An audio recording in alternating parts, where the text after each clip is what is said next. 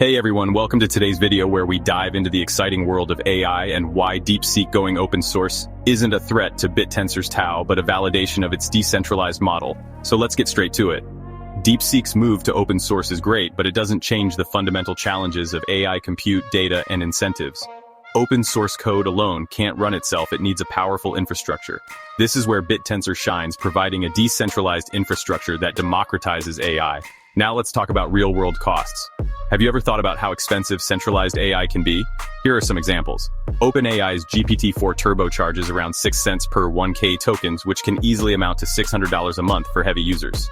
Google's Gemini Pro API starts at $0.00025 per token, adding up to $250 or more per month for scaling apps. AWS Bedrock, which includes models like Llama 2 and Claude, charges $0.008 per 1K tokens, plus compute fees easily costing over $500 a month for small to medium enterprises. And Anthropic's Claude 3 comes in at around $15 per million tokens, meaning enterprises could be spending $1,500 or more each month. Big tech locks AI behind paywalls, making it unaffordable for many individuals and startups.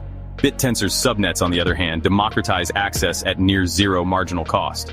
But what truly sets Bittensor apart is its model that goes beyond open source. Here's why. First, incentives matter. While DeepSeek's code is free, who's funding the GPU farms, the data, and R&D? TAO rewards miners, validators, and researchers through a decentralized network incentivizing innovation. Second, subnets outperform centralized models. For instance, SN9's 14 billion parameter model outperforms DeepSeek MOE Mistral and Gemini in reasoning benchmarks. This is thanks to a decentralized training and a mix of specialized models for coding, math, and logic. Third, Bittensor offers permissionless, cheap, and scalable AI. Running an SN9 inference costs at fractions compared to competition, compared to over 6 cents on GPT-4.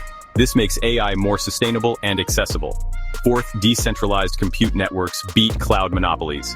SN9 uses over globally distributed GPUs miners, while DeepSeek relies on centralized clusters. This decentralized approach reduces costs by 90% compared to AWS or Azure, which include markups for big tech profits. Fifth, community-driven innovation. With a team of developers, researchers, and miners, SN9 iterates faster than closed corporate labs. It recently scored on GSM 8K COT, math reasoning. SN9 models outperform centralized equivalents by plus 0.0212 points. On agival AGI-focused tasks, SN9 beats DeepSeek V2 Lite by plus 0.0195 points. On MMLU, broad reasoning, 0.65 plus versus DeepSeek's 0.58, a major gap. While DeepSeek needs massive funding to compete, Bittensor subnets grow organically. Finally, the TAO ecosystem is building the AI economy of the future. Bittensor's subnets tap into over hundreds of thousands of GPUs, leverage open source models, and incentivize data pools. TAO acts as programmable money for AI, enabling payments for models, staking, and governance.